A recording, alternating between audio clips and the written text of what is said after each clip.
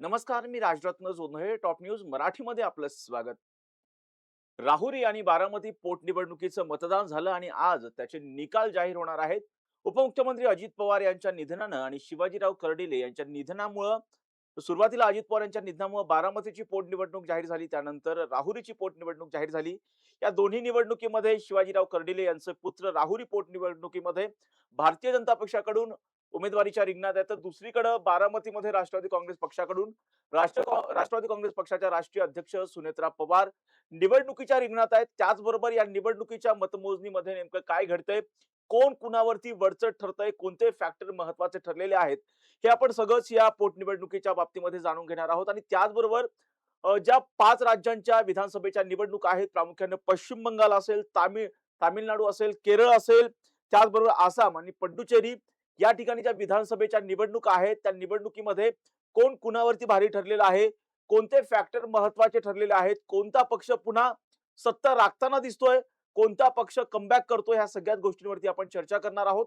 आणि या चर्चेमध्ये माझ्यासोबत आहे माझा सहकारी संकेत देशपांडे. संकेत, सुरुवात करूयात बारामती पासून. 28 जानेवारीला विमान अपघातामध्ये अजित पवार यांचं निधन झालं. त्यानंतर बारामतीची पोटनिवडणूक जाहीर झाली. सुरुवातीला जर पाहिलं तर ही पोटनिवडणूक काँग्रेस पक्षाने जे आहे या निवडणुकीमध्ये आपला उमेदवार दिलेला होता. त्यानंतर मोठ्या घडामोडी घडल्या आणि थेटपणे काँग्रेस पक्षाने त्यांचा उमेदवार मागे घेतला. आताची निवडणूक आहे त्यामध्ये राष्ट्रवादी काँग्रेस पक्षाकडून उपमुख्यमंत्री सुनेत्रा पवार निवडणुकीच्या रिंगणात आहेत. त्यांच्या विरोधात कोणत्याही प्रमुख राजकीय पक्षाचा कोणताही उमेदवार निवडणुकीच्या रिंगणात नाहीये. सध्या बारामतीमध्ये काय घडतंय? निश्चित राजरत्न जर आपण पाहिलं तर तू जसं सांगितलं तसं 28 जानेवारी 2026 ला महाराष्ट्र राज्याचे दिवंगत उपमुख्यमंत्री अजित पवार यांचं विमान अपघातामध्ये निधन झाल्यानंतर या ठिकाणी पोटनिवडणूक जी आहे ती 15 मार्च रोजी जाहीर झाली आणि 23 तारखेला प्रत्यक्षात ही मतदान जे आहे ते पार देखील पडलं. जवळपास 58% इतकं मतदान या पोटनिवडणुकीसाठी झाल्याचं पाहायला मिळालं. या पोटनिवडणुकीमध्ये प्रामुख्याने सुरुवातीपासूनच अनेक ट्विस्ट किंवा अनेक घटना घडामोडी ज्या आहेत त्या घडताना पाहायला मिळालेल्या होत्या. म्हणजे पोटनिवडणूक जाहीर व्हायच्या आधी राष्ट्रवादी काँग्रेस पार्टी शरदचंद्र पवार पक्षानं आपली भूमिका जाहीर केलेली होती, की या जागेवर महाविकास आघाडी म्हणून आम्ही निवडणूक लढवणार नाही. मात्र या सगळ्या भूमिकेनंतर काँग्रेस पक्षाने मात्र ही निवडणूक लढवायची असं ठरवलं. आकाश विजयराव मोरे यांना त्या ठिकाणी उमेदवारी देखील दिली गेली. त्यांनी उमेदवारी अर्ज देखील भरला. मात्र शेवटच्या क्षणी किंवा शेवटच्या दिवशी झालेल्या काही घटना घडामोडींमुळे किंवा स्वतः राज्याचे मुख्यमंत्री देवेंद्र फडणवीसांनी काँग्रेस प्रदेशाध्यक्ष हर्षवर्धन सपकाळांना केलेला फोन असेल, शरद पवारांनी सुप्रिया सुळेंनी बिनविरोधसाठी केलेलं आवाहन असेल, या सगळ्यानंतर काँग्रेस पक्षाच्या उमेदवाराने अखेर आपला उमेदवारी अर्ज जो आहे तो माघारी घेतल्याचं पाहायला मिळालं. त्यामुळे बारामतीत सुनेत्रा पवार विरुद्ध 22 अपक्ष अशी लढत जी आहे ती होताना पाहायला मिळाली. यामध्ये प्रामुख्याने आतापर्यंत समोर आलेल्या कलांनुसार तिसऱ्या फेरी अखेर जवळपास 36,591 मतांची आघाडी ही सुनेत्रा पवार यांनी घेतलेली आहे आणि सुनेत्रा पवार यांची वाटचाल अर्थातच विजयाच्या दिशेने जी आहे ती सुरू असल्याचं पाहायला मिळतंय. कारण तसा तुलनेने मोठा कुठलाही तुल्यबळ उमेदवार हा सुनेत्रा पवार यांच्या विरोधामध्ये नाही. जे काही आहेत ते अपक्ष असल्याचं पाहायला मिळतं. ज्याच्यामध्ये करुणा मुंडे असेल किंवा अभिजित बिचुकले असतील असे अपक्ष उमेदवार जे आहेत ते निवडणुकीच्या रिंगणामध्ये उतरल्याचं आपल्याला पाहायला मिळतंय. त्यामुळे एकतर्फी अशी ही सगळी लढत जी आहे बारामतीची प्रामुख्याने ती होताना आपल्याला पाहायला मिळते. बारामतीमध्ये तिसऱ्या फेरी अखेर म्हणजे सुनेत्रा पवारांचं लीड हे प्रत्येक फेरी अखेर वाढताना पाहायला मिळतंय. पहिल्या फेरी अखेर साधारणतः 6,500 इतक्या मतांची आघाडी ही सुनेत्रा पवार यांनी राजरत्न घेतलेली होती. दुसऱ्या फेरी अखेर 11,000 मतांची आघाडी ही सुनेत्रा पवारांनी घेतली आणि तिसऱ्या फेरी अखेर आता 36,591 मतांची आघाडी जी आहे ती सुनेत्रा पवार यांनी घेतल्याचं पाहायला मिळतंय. अ, तिथले सगळे प्रतिस्पर्धी जे आहेत सुनेत्रा पवारांच्या विरोधातले ते सगळेच्या सगळे पिछाडीवर असल्याचं पाहायला मिळतंय. दुसऱ्या बाजूला राहुरीमध्ये जर आपण पाहिलं तर आता राजरत्न सुनेत्रा पवार यांची मतांची आघाडी जी आहे ती पुन्हा एकदा वाढल्याचं पाहायला मिळतंय. 36,000 वरून थेटपणे 45,010 मतांची आघाडी ही सुनेत्रा पवार यांनी घेतलेली आहे. चौथ्या फेरी अखेर जर आपण पाहिलं तर आणि इकडे राहुरीमध्ये राजरत्न आपण पाहिलं तर राहुरीमध्ये भारतीय जनता पार्टीकडून अक्षय शिवाजीराव कर्डिले जे शिवाजी कर्डिले यांचे चिरंजीव आहेत त्यांना तिथे उमेदवारी देण्यात आलेली आहे.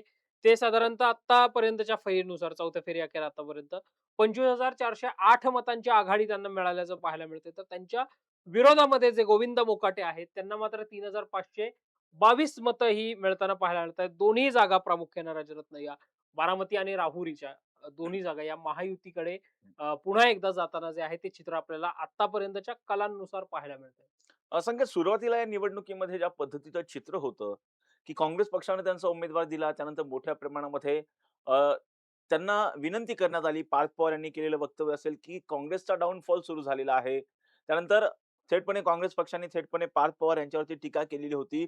त्यानंतर सुनील तटकरे यांनी जे केलेलं एक भाषण होतं संकेत, त्यामध्ये सांगितलेलं होतं, की कोणत्याही पक्षाने सुनेत्रा पवार यांच्या विरोधात उमेदवार देऊ नये. नाहीतर खरं सांगतोय, की महाराष्ट्रामध्ये कधीच म्हणजे भारतामध्ये कधीच कोणता उमेदवार एवढ्या मोठ्या मताधिक्याने निवडून आला नसेल. तेवढ्या मोठ्या मताधिक्यानं सुनेत्रा पवार यांना आम्ही निवडून आणू असं प्रदेशाध्यक्ष जे आहेत राष्ट्रवादीचे सुनील तटकरे यांनी असं वक्तव्य केलं होतं. खरं तर या निवडणुकीमध्ये जर पाहिलं तर त्यांच्या विरोधात, सुनेत्रा पवार यांच्या विरोधात कोणीही तगडा उमेदवार नाही. एका बाजूला आपण पाहिलं तर करुणा मुंडे आहेत, अभिजित बिचुकले असे उमेदवार जे आहेत त्यांच्या विरोधात जे आहेत, जे की कोणत्याही प्रमुख राजकीय पक्षांचे उमेदवार नाहीयेत. असे उमेदवार रिंगणात आहेत. आता सुनेत्रा पवारांचं जर आता आपण लीड पाहिलं, तर जवळपास 45,010 मतं हे सुनेत्रा पवार यांना मिळालेली आहेत बारामती पोटनिवडणुकीमध्ये. तर दुसऱ्या बाजूला पाहिलं तर राहुरी पोटनिवडणुकीमध्ये अक्षय कर्डिले हे 25,408 मतांनी मतं जी आहेत त्यांना मिळालेली आहेत. तर गोविंद मोकाटे जे की राष्ट्रवादीच्या शरद पवार गटाचे जे उमेदवार आहेत त्यांना 3,522 मतं आतापर्यंत आताच्या चौथ्या फेरी अखेर मिळालेली आहेत. परंतु एक बाब जर पाहिली संकेत, बारामतीच्या पोटनिवडणुकीमध्ये प्रचार ज्या पद्धतीने झालेला होता, जी शेवटची सांगता सभा झालेली होती, त्या सांगता सभेमध्ये जर पाहिलं तर एक सुप्रिया सुळे ज्या की ज्यांच्या दोन्ही पक्षामध्ये फूट पडली, त्या राष्ट्रवादी काँग्रेस शरदचंद्र पवार पक्षाच्या राष्ट्रीय कार्याध्यक्ष असणाऱ्या सुप्रिया सुळे थेटपणे सांगता सभेच्या मंचावरती आलेल्या होत्या. त्याचा काही फरक इम्पॅक्ट पडलेला आहे का? मुळात राजरत्न जर आपण पाहिलं तर अनेक वर्षांपासून बारामतीचं हे सूत्र राहिल्याचं पाहायला मिळतं, की लोकसभेला ताई आणि विधानसभेला दादा आणि दादांच्या पश्चात आता सुनेत्रा वहिनींकडेच बारामतीकरांनी मताच्या रूपातनं आपल्या म्हणजे आता लोकसभेला ताई आणि विधानसभेला वहिनी हं. असं बारामतीकरांनी कुठेतरी ठरवल्याचं चित्र जे आहे ते आपल्याला या निमित्तानं राजरत्न पाहायला मिळतंय. त्याच अनुषंगानं जर आपण पाहिलं तर अर्थात ही पोटनिवडणूक होती. सुनेत्रा पवार यांनी निवडणूक लढवणं म्हणजे सुनेत्रा पवार याच उमेदवार हं, असणार हे निश्चित त्याच वेळी झालेलं होतं, ज्यावेळी सुनेत्रा पवार यांनी राज्याच्या हं. उपमुख्यमंत्री पदाची शपथ घेतली. कारण प्रोटोकॉलनुसार, घटनेनुसार तुम्ही ज्यावेळी एखाद्या मंत्रिपदाची शपथ घेता किंवा एखाद्या संविधानिक पदावर जाण्यासाठी जात असतात, त्यावेळी 6 महिन्याच्या आतमध्ये तुम्हाला कोणत्यातरी सदनाचं सदस्यत्व जे आहे ते घ्यावं लागतं. मग ते विधानसभा किंवा विधान परिषद. त्यामुळं अजितदादांच्या निधनानंतर बारामतीमध्ये पोटनिवडणूक लागल्यानंतर सुनेत्रा पवार याच उमेदवार असतील, हे निश्चित झाल्यानंतर अगदी त्याच वेळी म्हणजे तुला आठवत असेल ज्यावेळी महाराष्ट्र विधानसभेचं अधिवेशन सुरू होतं, त्या अधिवेशनामध्ये माध्यमांची प्रतिक्रिया देतानाच रोहित पवारांनी जाहीर करून टाकलं होतं, की बारामतीची पोटनिवडणूक ही बिनविरोध व्हावी. राष्ट्रवादी काँग्रेस पार्टी, शरदचंद्र पवार पक्ष सुद्धा हीच भूमिका घेईल आणि त्यावेळी ते असं देखील म्हटले होते, की आता मी माझी व्यक्तिगत भूमिका जरी मांडत असलो, तरी आमच्या पक्षाची भूमिका सुद्धा हीच असणार आहे. नंतर मग सुप्रिया सुळेंनी दिल्लीमध्ये पत्रकार परिषद घेऊन या पोटनिवडणुकीच्या अनुषंगानं आम्ही उमेदवार देणार नाही असं म्हटलं. मग काँग्रेस पक्षाने तिथं उमेदवार दिला. मग तो माघार घेतला वगैरे हे सगळं आपल्याला माहिती आहे. मात्र या सगळ्यानंतर जर आपण बघितलं तर शेवटची जी सांगता सभा आहे, हं. प्रामुख्याने आतापर्यंतच्या बारामतीचा हा इतिहास राजरत्न नेहमी राहिलेला आहे, की बा बारामतीतली निवडणूक असेल तर अजितदादा हे अगदी शेवटच्या सांगता सभेलाच बारामतीमध्ये जाताना आपल्याला पाहायला मिळायचे. त्यामुळे बारामतीच्या सांगता सभेला एक इतिहास असल्याचं पाहायला मिळतं. मात्र अजितदादांनंतर आता होणारी ही सांगता सभा आहे, ज्या सांगता सभेमध्ये ज्या अनुषंगानं स्वतः सुनेत्रा पवार यांनी सुप्रिया सुळेंना फोन करणं असेल, सुप्रिया सुळेंनी त्या व्यासपीठावर जाणं असेल, सुनेत्रा वहिनींची गळाभेट घेणं असेल, जय पवारांना जवळ घेणं असेल, या सगळ्याच्या निमित्तानं प्रामुख्याने कुटुंब म्हणून आम्ही सगळे एक आहोत, कुटुंब म्हणून आम्ही एक होतो, एक आहे, हे दाखवण्याचा प्रयत्न इथे प्रामुख्याने झाल्याचं पाहायला मिळतंय. मात्र या सगळ्या प्रचाराच्या अनुषंगाने एक रोहित पवार जर वगळले राजरत्न, तर सुप्रिया सुळे असतील किंवा दस्तूरखुद्द शरद पवार असतील, हे मात्र या प्रचारामध्ये फारसे सक्रिय जरी झाले नसले, तरी शेवटच्या दिवशी प्रचार संपण्याच्या वेळेस शरद पवारांनी केलेलं ट्विट किंवा पोस्ट जी असेल, की आपण आजारपणामुळे प्रत्यक्ष बारामतीमध्ये मतदान करू शकत नाही. मात्र सुनेत्रा वहिनींना तुम्ही भरघोस मतांनी विजयी करा, असं शरद पवारांनी केलेलं आवाहन असेल. या सगळ्या आवाहनानंतर राजरत्न प्रामुख्याने ही सगळी पोटनिवडणूक जी आहे ती इंटरेस्टिंग झाल्याचं पाहायला मिळतं. संकेत हे तर बारामती पोटनिवडणूक आणि राहुरी पोटनिवडणुकीचं झालं. परंतु राज्यातल्या ज्या देशामधल्या ज्या 5 राज्यांच्या विधानसभेच्या निवडणुका आहेत, त्यांचे काही इंटरेस्टिंग कल येत आहेत. जर पाहिलं तर पश्चिम बंगालमध्ये ममता दीदी राहणार की जाणार अशा अनेक चर्चा सुरू झालेल्या होत्या. एक्झिट पोल आले होते. एक्झिट पोलच्या आकडेवारीनुसार जर पाहिलं तर भारतीय जनता पक्ष ममता दीदींना वरचढ ठरतोय असं दिसत होतं. भारतीय जनता पक्षाला स्पष्ट बहुमत मिळेल अशा पद्धतीचे आकडे सगळे एक्झिट पोलमध्ये आलेले होते. आता जी आकडेवारी मिळतीये संकेत पश्चिम बंगालमधून, ती अत्यंत धक्कादायक आहे. कुठेतरी तृणमूल काँग्रेस जो की ममता बॅनर्जी यांचा पक्ष आहे, त्या ममता बॅनर्जी यांच्या पक्षाला धक्का बसताना दिसतोय. अगदी भारतीय जनता पक्ष बहुमताच्या जवळ जाताना दिसतोय. जर पाहिलं तर भवानीपूर हा जो विधानसभेचा मतदारसंघ आहे ममता बॅनर्जी यांचा, त्या मतदारसंघामधून ममता बॅनर्जी आघाडीवरती आहे. तर शुवेंदू अधिकारी जे की भारतीय जनता पक्षाचे उमेदवार होते भवानीपूरमध्ये ममता बॅनर्जी यांच्या विरोधात ते सध्या पिछाडीवरती आहेत. परंतु जर आकडे पाहिले तर 294 ज्या जागा आहेत विधानसभेच्या त्यापैकी 194 जागा जर म्हटलं तर 194 पश्चिम बंगालमधल्या 293 जागांपैकी तृणमूल काँग्रेस 120 जागांवरती सध्या आघाडीवरती आहे. तर भारतीय जनता पक्ष 145 जागांवरती आघाडीवरती आहे. ज्यांची अनेक वर्ष पश्चिम बंगालमध्ये सत्ता होती त्या डाव्या आघाडी केवळ 3 जागांवरती आघाडीवरती असल्याचं पाहायला मिळतं. इतरांना 5 जागा मिळताना दिसतायत. संकेत काय म्हणायचं पश्चिम बंगालमध्ये ममता दीदींना धक्का बसताना दिसतोय. राजरत्न, यावेळी पश्चिम बंगालची निवडणूक ही अनेक कारणांनी इंटरेस्टिंग ठरल्याचं पाहायला मिळालं होतं, ज्याच्यामध्ये प्रामुख्याने SIRचा मुद्दा असेल, मतदार यादी पुनर्निरीक्षण कार्यक्रम जो केंद्रीय निवडणूक आयोगाकडनं हाती घेण्यात आलेला होता. ज्या SIR प्रक्रियेच्या अनुषंगाने आपण पाहिलं ममता बॅनर्जी स्वतः सुप्रीम कोर्टामध्ये सुद्धा गेल्याचं पाहायला मिळालेलं होतं. या सगळ्यानंतर झालेली ही निवडणूक, मला असं वाटतं राजरत्न 5 राज्यांच्या निवडणुका होत्या. मात्र भारतीय जनता पक्षाकडून सर्वाधिक ताकद जर कुठे लावली गेली असेल तर ती अर्थातच पश्चिम बंगालमध्ये लावली गेलेली आहे. मग ती केंद्रीय गृहमंत्री अमित शाह यांच्या रूपाने असेल, भारताचे पंतप्रधान नरेंद्र मोदी यांच्या रूपाने असेल, शुवेंदू अधिकारी तर तिथले विरोधी पक्ष नेतेच होते आता 5 वर्ष. प्रत्येक राज्याच्या मुख्यमंत्र्यांच्या सभा त्या ठिकाणी, जिथं भाजपशासित राज्य आहेत, त्या भाजपशासित राज्यांच्या मुख्यमंत्र्यांच्या सुद्धा सभा ज्या आहेत त्या पश्चिम बंगालमध्ये झाल्याचं पाहायला मिळालं होतं. आपल्या राज्याचे मुख्यमंत्री देवेंद्र फडणवीसांची सुद्धा पश्चिम बंगालमध्ये प्रचार सभा झालेली होती. पत्रकार परिषद त्यांची प्रामुख्याने राजरत्न झाल्याचं पाहायला मिळालेलं होतं. यावेळी म्हणजे प्रत्येक निवडणूक म्हटल्यानंतर एक स्लोगन जी आहे ती येताना पाहायला मिळते. म्हणजे जशी लोकसभेला "अब की बार 400 पार" होती, किंवा या अगोदर जर आपण पाहिलं तर अ, फिर एक बार मोदी सरकार असेल हं. 2019 ला आणलेली, किंवा आता आणूया आपले सरकार, किंवा सर्वसामान्यांचं सरकार मोदी सरकार, या अनुषंगाने केलेले सगळं कॅम्पेन असेल. त्या कॅम्पेनच्या अनुषंगाने यावेळी भाजपकडनं प्रामुख्याने करण्यात आलेली स्लोगन किंवा टॅगलाईन पश्चिम बंगालच्या प्रचाराची अशी होती की 4 मई दीदी गई, आणि हं. त्या अनुषंगानं भाजपनं तिथे यंत्रणा जी आहे ती राबवल्याचं पाहायला मिळालं. निवडणूक यंत्रणा, कार्यकर्त्यांचं बूथ प्लॅनिंग असेल, किंवा या सगळ्याच्या निमित्तानं तिथे भाजपने पहिल्यांदा मोठ्या प्रमाणावर आपली ताकद जी आहे ती लावल्याचं पाहायला मिळालेलं होतं. या अगोदरचा जर थोडा इतिहास पाहिला राजरत्न आपण, तर मागची जी विधानसभेची निवडणूक झालेली होती, ज्या विधानसभेच्या निवडणुकीमध्ये भारतीय जनता पार्टीला 77 जागा ज्या आहेत त्या मिळालेल्या होत्या.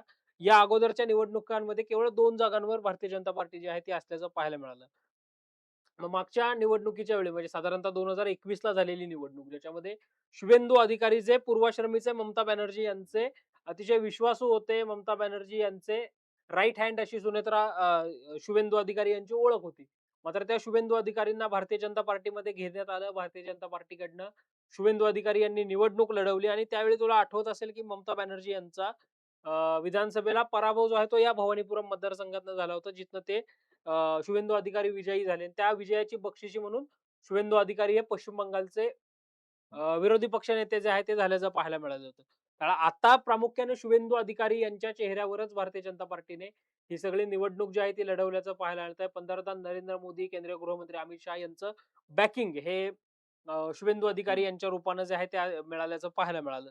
आतापर्यंतच्या कलांनुसार आता भवानीपुरम मतदारसंघातून ममता बॅनर्जी ज्या आहेत त्या आघाडीवर असल्याचं पाहायला मिळतंय. शुवेंदू अधिकारी हे नंदीग्राम आणि भवानीपुरम अशा 2 मतदारसंघातनं निवडणूक जी आहे ती लढवताना राजरत्न पाहायला मिळत आहेत. मात्र आतापर्यंतच्या सगळ्या कलांनुसार 284 पैकी साधारणतः 137 जागा ज्या आहेत त्या भारतीय जनता पार्टीनं कडे असल्याचं, आघाडी किंवा भारतीय जनता पार्टी त्या ठिकाणी आघाडीवर असल्याचं जे आहे ते पाहायला मिळतंय. बहुमतापासून जर आपण पाहिलं तर अगदी 7 ते 8 जागांपासून भाजप आतापर्यंतच्या आघाडीनुसार जे आहे ते लांब असल्याचं पाहायला मिळतंय. अर्थात उलटफेर होऊ शकतो अशी स्थिती जी आहे ती पाहायला मिळते. कारण 20 फेऱ्यांमध्ये ही सगळी निवडणूक होणार आहे. आणि पश्चिम बंगालच्या राजकारणामध्ये खेला खोबे नावाचा एक जो शब्द फार प्रचलित आहे, की कोणाचा खेला खोबे होणार हे पाहण्यासाठी आपल्याला अगदी काही वेळांची वाट जी आहे ती राजरत्न पाहावी लागणार आहे. पण आत्तापर्यंतचे जे कल समोर येत आहेत 5ही राज्यांमधले, हे पाहता प्रामुख्यानं पश्चिम बंगालसह आणि केरळ वगळता उर्वरित जी 4 राज्य आहेत, त्या ठिकाणी मात्र सत्ता बदल किंवा सत्तांतर होताना आपल्याला पाहायला मिळतोय. संकेत, पश्चिम बंगालच्या बाबतीमध्ये आपण बोललो त्या ठिकाणी इंटरेस्टिंग जसं तू सांगितलंस की 20 फेऱ्या आणखी बाकी आहेत. 20 फेऱ्यांमध्ये सगळं जे मतदान होणार आहे त्यानंतर जे आहेत विजयी उमेदवार ठरणार आहेत. काहीही होऊ शकतं पश्चिम बंगालच्या राजकारणामध्ये. कारण जर पाहिलं तर इंटरेस्टिंग असे आकडे आहेत. कधी कोणी कोणावरती वरचढ ठरू शकतं अशा पद्धतीचे आकडे पश्चिम बंगालमध्ये पाहायला मिळतात. सध्या ममता बॅनर्जी यांचा पक्ष तृणमूल काँग्रेस पक्षाला 120 जागा मिळताना दिसतायत. आघाडीवरती आहे तृणमूल काँग्रेस, तर भारतीय जनता पक्ष 145 जागांवरती आघाडीवरती आहे. डावे 3, तर इतर जे आहेत ते 5 जागांवरती आघाडीवरती असल्याचं पाहायला मिळतं. संकेत, दुसऱ्या बाजूला जर पाहिलं तर तामिळनाडू राज्यामधल्या ज्या जागा आहेत, 234 विधानसभेच्या जागा आहेत, त्यापैकी 226 जागांचे जे प्राथमिक कल आहेत ते पुढे आलेले आहेत. टीएमके जर पाहिलं तर डीएमके जे आहे, डीएमकेला 56 जागांवरती आघाडी मिळताना दिसते. एडीएमकेला 69 जागांवरती आणि टीबीके हा जो नवीन पक्ष आहे, त्या टीबीकेला 102 जागांवरती आघाडी मिळताना दिसते. संकेत, टीबीकेला खूप मोठ्या प्रमाणामध्ये टीबीकेने आघाडी घेतलेली आहे. काय सध्या तामिळनाडूचं वातावरण आहे? निश्चित राजरत्न तामिळनाडूच्या बाबतीमध्ये जर आपण बोललो तर तामिळनाडूमध्ये सुद्धा भाजपनं मोठी ताकद जी आहे ती लावल्याचं पाहायला मिळालेलं होतं. आपले पुण्याचे खासदार आणि केंद्रीय राज्यमंत्री मुरलीधर मोहोळ हे त्या ठिकाणी संयोजक म्हणून तामिळनाडूमध्ये निवडणुकांच्या च्या पार्श्वभूमीवर भाजपकडनं त्यांना अपॉइंट करण्यात आल्याचं पाहायला मिळालेलं होतं. भारतीय जनता पार्टीसह डीएमके जो पक्ष जो आहे तो निवडणूक लढवताना त्या ठिकाणी आपल्याला पाहायला मिळतोय. या डीएमकेला 47 इतक्या जागा ज्या आहेत त्या मिळताना पाहायला मिळत आहेत. एआयडीएमके जो आहे त्या पक्षाला तिथे 72 जागा ज्या आहेत त्या मिळताना पाहायला मिळतात आणि ज्या टीव्हीकेचा उल्लेख राजरत्न तू केलास, तो टीव्हीके हा अ, तेलुगू सुपरस्टार विजय थालापती याचा पक्ष आहे.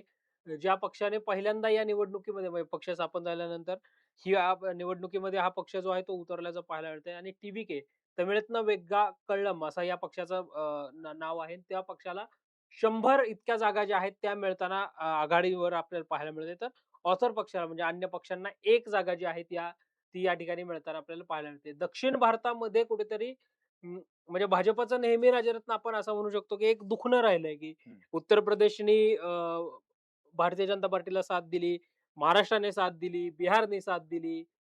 मात्र दक्षिण भारतामध्ये काही फारसे पाय पसरता भाजपला हं.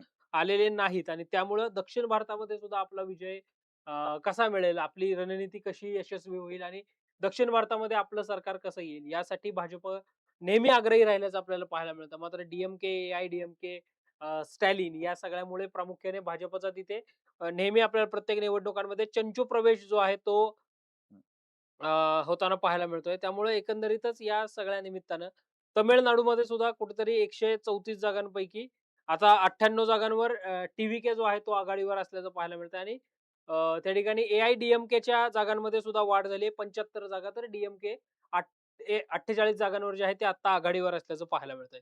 नक्कीच संकेत, कुठेतरी थोडासा दिलासा जर काँग्रेस पक्षाला कुठे मिळत असेल तर तो केरळमध्ये मिळताना दिसतोय.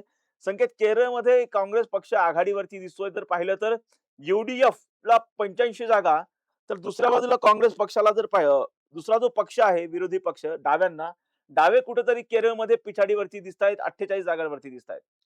निश्चित राजरत्न मुळामध्ये प्रामुख्याने केरळमध्ये जर आपण पाहिलं तर दर 5 वर्षांनी त्या ठिकाणी सत्तांतर होतं किंवा सत्ता बदल होतं असं पाहायला मिळतं. मागची निवडणूक मात्र याला अपवाद ठरली. पिनराई विजयन यांच्या नेतृत्वाखाली दुसऱ्यांदा डाव्या पक्षांचा विजय जो आहे तो त्या ठिकाणी झाल्याचं आपल्याला पाहायला मिळालं. मात्र आता जर आपण पाहिलं तर पहिल्या सगळ्याच प्राथमिक कलांनुसार काँग्रेस पक्ष जो आहे तो त्या ठिकाणी आघाडीवर येताना पाहायला मिळेल. यूडीएफ आणि एलडीएफ या ज्या तिथल्या स्थानिक आघाड्या आहेत त्यांच्यामध्ये तिथे लढत होताना आपल्याला पाहायला मिळते. केरळमध्ये नेहमी आणि यूडीएफ जो आहे, जो काँग्रेस प्रणित आघाडी जी आहे त्यांना 85 जागा मिळताना पाहायला मिळत आहेत. एलडीएफला 48 तर एनडीए जो आहे, अर्थात भाजप आणि हे सगळे छोटे-मोठे पक्ष जे आहेत, त्यांना 3 जागा मिळताना पाहायला मिळत आहे, तर अन्य पक्षांना 1 जागा मिळताना पाहायला मिळते. असं केरळमधलं 148 जागांचं समीकरण जे आहे ते असल्याचं पाहायला मिळतं. एकंदरीतच या सगळ्या निवडणुकांमध्ये प्रामुख्याने राज्यरत्न केरळ आणि तमिळनाडू या 2 राज्यांमध्ये प्रामुख्याने भारतीय जनता पार्टीकडनं पश्चिम बंगाल नंतर जोर जो आहे तो लावण्यात आल्याचं आपल्याला राज्यरत्न पाहायला मिळालेलं होतं. तिथे मात्र काँग्रेस पक्षाचा हात जो आहे तो बाजी मारताना आपल्याला पाहायला मिळतोय. यूडीएफ या आघाडीच्या माध्यमातून. संकेत आसामच्या बाबतीमध्ये सुद्धा जर पाहिलं तर आसाममध्ये भारतीय जनता पक्षाला जर पाहिलं तर तब्बल 126 जागांपैकी 126 जागांचे प्राथमिक कल जे आहेत ते हाती आलेले आहेत आसाममधल्या. ज्यामध्ये भारतीय जनता पक्ष आणि त्यांची जी आघाडी आहे ती 95 जागांवरती आघाडीवरती असल्याचं पाहायला मिळतं. काँग्रेस पक्ष 29 जागांवरती आघाडीवरती आहे. तर AIUDF नावाचा जो पक्ष आहे, आघाडी आहे, ती 1 जागांवरती आघाडीवरती आहे. तर इतर 1 जागांवरती आघाडीवर असल्याचे चित्र मिळतंय. आसाममध्ये पुन्हा एकदा भारतीय जनता पक्ष आघाडीवरती असल्याचे चित्र आहे. संकेत काँग्रेस पक्ष पिछाडीवरती दिसतोय. निश्चित राजरत्न आसामचं थोडंसं आपण पाहिलं, आसाम सुद्धा एक इंटरेस्टिंग फॅक्टर या सगळ्यामध्ये असल्याचं पाहायला मिळतं. कारण 15 वर्ष तरुण गोगोईंच्या रूपाने काँग्रेस पक्षाने त्या ठिकाणी सत्ता उपभोगलेली आहे. मात्र मागच्या 2 टर्म जर आपण पाहिलं, म्हणजे 10 वर्ष जर आपण पाहिलं, तर त्या ठिकाणी भारतीय जनता पार्टीची सत्ता असल्याचं पाहायला मिळतं. म्हणजे अगदी सुरुवातीला आत्ताचे जे केंद्रीय मंत्री आहेत ते सर्बानंद सोनोवाल असतील आणि त्यानंतर मागचे 5 वर्ष हे हिमंता बिस्वा शर्मा हे आसामचे मुख्यमंत्री जे आहेत ते काम करताना आपल्याला पाहायला मिळाले.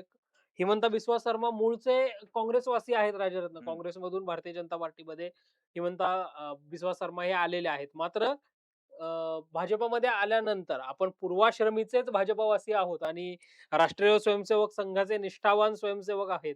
असा सगळा बदल जो आहे तो हिमंता बिस्वा शर्मा यांनी स्वतःमध्ये करून घेतल्याचं आपल्याला पाहायला मिळालं. एक आक्रमक हिंदुत्ववादी चेहरा म्हणून हिमंता बिस्वा शर्मा हे उदयाला येताना आपल्याला पाहायला मिळत आहेत आणि या सगळ्यांच्या निमित्तानं त्या ठिकाणी हिमंता बिस्वा शर्मा यांच्या नेतृत्वावर पुन्हा एकदा केरळच्या जनतेने जे आहे तो कुठेतरी विश्वास दर्शवत भारतीय जनता पार्टीकडेच आपली कमान जी आहे ती सोपवण्याचं ठरवलंय वाटतं. आज त्या कलांनुसार जे आहे ते पाहायला मिळतंय. कारण 126 पैकी 92 जागांवर भारतीय जनता पार्टी जी आहे ती त्या ठिकाणी आघाडीवर असल्याचं पाहायला मिळतंय. म्हणजे सलग तिसऱ्यांदा भारतीय जनता पार्टीची केरळमध्ये विजयाच्या दिशेने वाटचाल जी आहे ती सुरू असल्याचं पाहायला मिळतं. मात्र सलग सत्तेत असणाऱ्या काँग्रेस पक्षाला मात्र राज्यात इथं तिसऱ्यांदा मोठा सेटबॅक जो आहे तो बसताना पाहायला मिळतो. कारण केवळ 28 जागांवर काँग्रेस आघाडीवर आहे, तर अन्य पक्ष म्हणून जे आहेत ते 2 जागांवरती त्या आघाडीवर असल्याचं पाहायला मिळतंय. संकेत जर पाहिलं तर ज्या 5 राज्यांमध्ये ज्या निवडणुका होत आहेत विधानसभेच्या, त्यामध्ये भारतीय जनता पक्षाला मोठं यश म्हणावं लागेल. कारण जे 5 राज्य आहेत,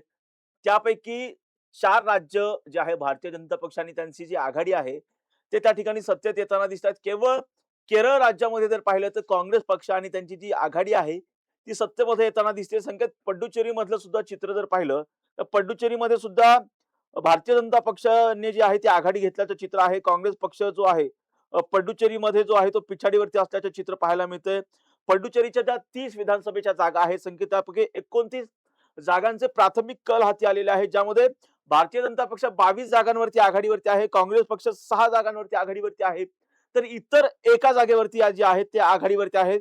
पुडुचेरीमध्ये सुद्धा भारतीय जनता पक्षानं मुसंडी मारली आहे. निश्चित राजरत्न भारतीय जनता पार्टीनं पुडुचेरी सारखं, म्हणजे पुडुचेरी खरं तर केंद्रशासित प्रदेश आहे. त्यामुळं या म्हणजे 4 राज्य आणि 1 केंद्रशासित प्रदेशांमध्ये होणारी निवडणूक, त्याच्यामध्ये 30 पैकी साधारणतः जर आपण पाहिलं आतापर्यंतच्या सगळ्या कलांनुसार, तर भाजप त्या ठिकाणी आघाडीवर असल्याचं पाहायला मिळतंय. जवळपास 13 जागांवर भाजप जो आहे ते आता 30 पैकी आघाडीवर असल्याचं पाहायला मिळतंय. काँग्रेस पक्ष 6 जागांवर, तर अन्य पक्ष हे एका जागेवर आघाडीवर जे आहेत ते असल्याचं पाहायला मिळतंय. अर्थात पुडुचेरीमध्ये सुद्धा काँग्रेस पक्षाने, पुदुचेरीमध्ये काँग्रेस पक्ष भारतीय जनता पार्टीची बहुमताकडे वाटचाल जी आहे ती सुरू असल्याचं राज्यरत्न पाहायला मिळतंय.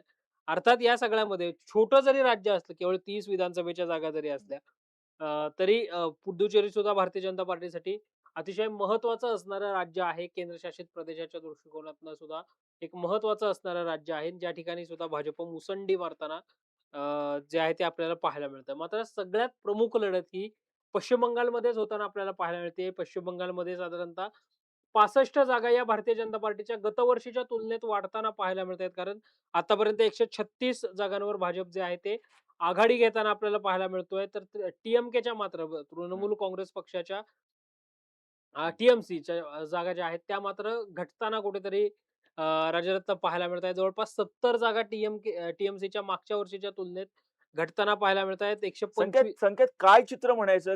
कारण जर पाहिलं तर टीएमसी जे आहे ते आता 125 जागांवरती आघाडीवरती आहे. तब्बल 70 जागा ज्या आहेत, त्या 70 जागांनी ते जे पिछाडीवरती दिसतायत. काय म्हणायचं भारतीय जनता पक्षानं मोठी मुसंडी मारली.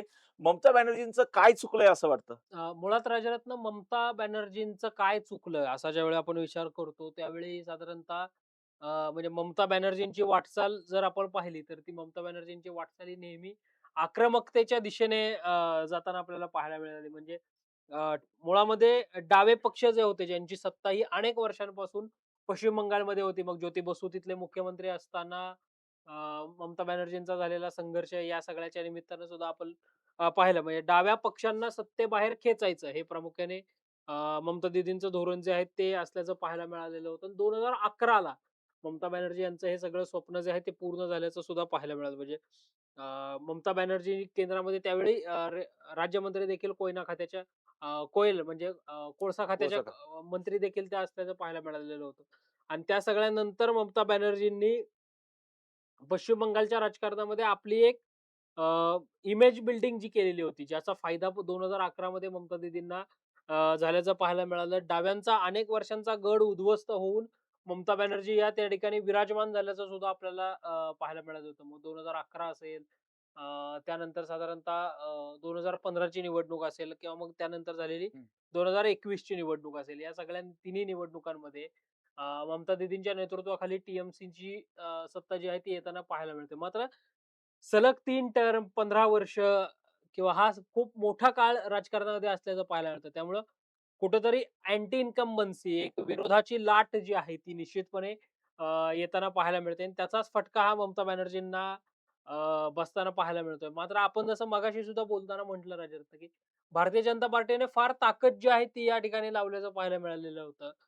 मग एस-आय-आरच्या माध्यमातून मतदार यादी पुनर्निरीक्षण कार्यक्रमाच्या माध्यमातून जवळपास 4.5 लाख नावं जी आहेत ती मतदार यादीतनं वगळली गेली असं सुद्धा आरोप जो आहे तो होताना पाहायला मिळतोय. म्हणजे ते 4.5 लाख मतदार हे मतदान करू शकत नाहीत असं प्रामुख्याने जे आहे ते होताना पाहायला मिळालेलं होतं. या या सगळ्या निवडणुकांमध्ये दुसरा फटका मला असा वाटतो राजरत्न ममता दीदींना बसलेला, की इंडिया आघाडी म्हणून टीएमसी आणि काँग्रेस हा एकमेकांचा भाग आहे केंद्र पातळीवर. मात्र दुसऱ्या बाजूला जर आपण पाहिलं तर या ठिकाणी काँग्रेस पक्ष हा हं. 294च्या 294 जागा या स्वबळावर लढताना आपल्याला पाहायला मिळतोय. त्यामुळं ती शक्ती कुठेतरी विभागल्याचं पाहायला मिळतंय विरोधकांचीच. आणि या सगळ्याचा फटका तिथं बसताना आपल्याला पाहायला मिळतोय. या तुलनेमध्ये मात्र भारतीय जनता पार्टीने शुभेंदू अधिकारींना वेळोवेळी दिलेली ताकद असेल, केंद्रीय गृहमंत्री अमित शाह यांनी केलेला प्रचार असेल, पंतप्रधान नरेंद्र मोदींनी केलेला प्रचार असेल, म्हणजे पश्चिम बंगालच्या सभेमधला सभा झाल्यानंतरचा पंतप्रधान नरेंद्र मोदींचा तो झालमुरीचा जो व्हिडिओ आहे, तो सुद्धा सोशल मीडियावर प्रचंड व्हायरल झाल्याचं पाहायला मिळालेलं होतं. आणि दुसरं मला असं वाटतं राजरत्न भारतीय जनता पार्टीने जो साधारणतः प्रचार केलेला होता, ज्या प्रचाराच्या अनुषंगानं प्रामुख्यानं की आमची सरकार जर तिथं सत्तेमध्ये आलं, आमचं सरकार जर सत्तेत आलं, तर प्रामुख्याने त्या ठिकाणच्या ज्या महिला आहेत, मुली आहेत, त्यांना सुरक्षित वातावरण जे आहे ते पाहायला मिळेल आणि या सुरक्षित वातावरणामध्ये त्या सगळ्या असताना पाहायला मिळतील. गुंडाशाहीचा कुठेतरी आम्ही बिमोड करू असं भारतीय जनता पार्टीकडून जे आहे ते सांगण्यात आलेलं होतं आणि त्या प्रचाराला कुठेतरी मतदारांकडून पसंती जी आहे ती राजरत्न मिळताना पाहायला मिळते. तमिळनाडूमधल्या कलांनुसार आता संकेत टीव्हीची जी आहे तामिळनाडूकडे आपण येऊयात. पण एक गोष्ट तर पाहिली संकेत, अनेक वर्ष डावे जे आहेत पश्चिम बंगालमध्ये सत्तेत होते. ज्योती बसू सर्वाधिक काळ मुख्यमंत्री राहिलेले व्यक्ती होते. ज्योती बसू जे की डाव्यांचे होते. आज जर पाहिलं तर पश्चिम बंगालमध्ये ज्या निवडणुका पार पडतायत जवळपास 293 जागांसाठी मतदान झालेलं आहे. विधानसभेच्या ज्या 293 जागा आहेत त्यापैकी 267 जागांचे प्राथमिक कल हाती आलेले आहेत. ज्यामध्ये 124 जागांवरती ममता बॅनर्जी यांचा तृणमूल काँग्रेस पक्ष आघाडीवरती आहे. तर भारतीय जनता पक्ष 137 जागांवरती आघाडीवरती आहे. मागच्या वर्षीच्या तुलनेमध्ये भारतीय जनता पक्षाच्या 66 जागा वाढताना दिसतायत, तर तृणमूल काँग्रेसच्या 70 जागा घटताना दिसतायत. संकेत मला एक गोष्ट सांग, डाव्यांची एवढी म्हणजे एवढ्या वर्षामध्ये जे सत्तेमध्ये होते, त्या डाव्यांची एवढी पिछाट का झाली? 293 जागांपैकी केवळ एका जागांवरती डावे आघाडीवरती आहेत. मुळात राजरत्न आपण जर पाहिलं तर केरळ हे एकमेव राज्य संपूर्ण देशामध्ये असं होतं, की ज्या राज्यामध्ये भारतीय जनता पार्टी सॉरी डाव्या पक्षांची सत्ता जी आहे ती असल्याचं पाहायला मिळालं होतं पिनराई विजयन यांच्या रूपानं. आणि आज सकाळपासून जर आपण पाहिलंच तर पिनराई विजयन यांनी आपल्या Twitterमधल्या बायोमधून सुद्धा सीएम ऑफ केरळ हे काढून टाकलेलं होतं. पण मुख्यमंत्री पदाचा उल्लेख जो आहे तो त्यांनी त्यांच्या बायोमधून जो आहे तो हटवल्याचं पाहायला मिळालेलं होतं.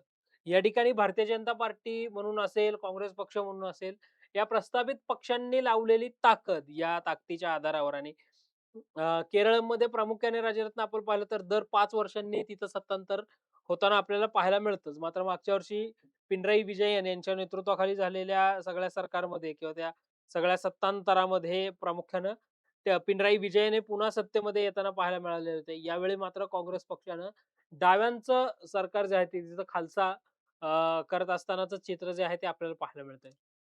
कारण तामिळनाडूमधलं जे चित्र आहे संकेत 234 विधानसभेच्या जागांसाठी मतदान झालेलं होतं. 226 जागांचे प्राथमिक कल हाती येत आहेत. ला मोठा फटका बसताना दिसतोय. डी-एम-केच्या मागच्या वर्षीच्या तुलनेमध्ये 102 जागांवरती पिछाट होताना दिसते. सध्या डी केवळ 50 जागांवरती आघाडीवरती आहे.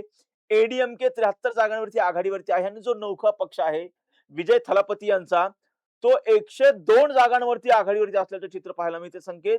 नवीन पक्ष विजय थलपती अभिनेते आहेत. थेटपणे त्यांच्या पक्षाला एवढ्या मोठ्या प्रमाणामध्ये यश मिळताना दिसतंय. निश्चित राजरत्न मुळामध्ये या ठिकाणी जर आपण पाहिलं तर ही सगळी निवडणूक जी आहे ती प्रामुख्याने तमिळ अस्मितेच्या मुद्द्यावर जी आहे ती लढली गेल्याचं चित्र जे आहे ते पाहायला मिळालेलं होतं. थलपती विजय यांच्या नेतृत्वामध्ये प्रामुख्याने ही सगळी लढत जी आहे ती देखील होताना आपल्याला पाहायला मिळालेली होती. या सगळ्या लढतीच्या नंतर थलपती विजय यांनी केलेला प्रचार आणि या प्रचाराच्या निमित्तानं अभिनेता म्हणून त्यांची जनमानसामध्ये असलेली क्रेज याच्या सगळ्याचा फायदा जो आहे तो त्या ठिकाणी होताना थलपती विजय यांना पाहायला मिळतोय.